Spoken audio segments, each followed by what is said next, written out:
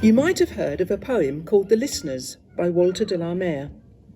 It tells of a traveller answering an invitation to come to a certain house, where he stands at the door, knocking and calling out, but no one answers him. He finally rides away disappointed and feels let down. We never find out who the listeners were, and the reader is left in limbo. I wrote this piece that I'm going to read one day when I was on my own in my house, feeling very lonely and sad, and I had been thinking about that poem. I believe that God gave me the following, so I wrote it down very quickly. It's written in the rhythm of Walter de la Mare's poem, but the ending, however, does not leave us ignorant about who the listener is. It just asks what you will do about his invite. It's called God is a Listener. "Can anybody hear me?"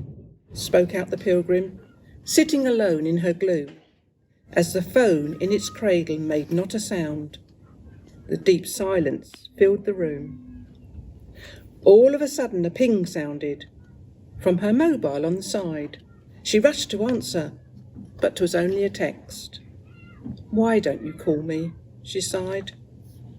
But no one answered or called her that day. Not even a sales call came. Then she thought again how boring this is, where every day is the same.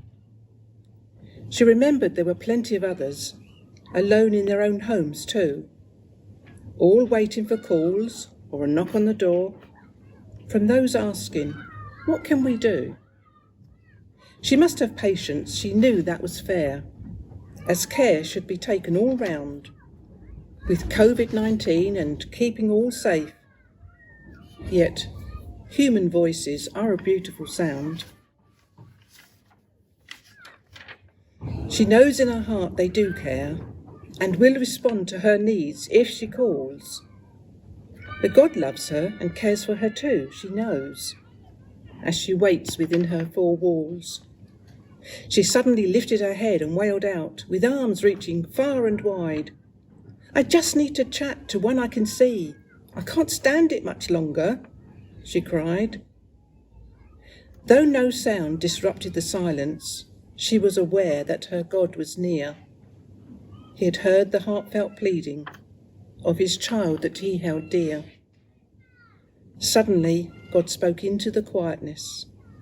"Stop striving. Just give me your hand.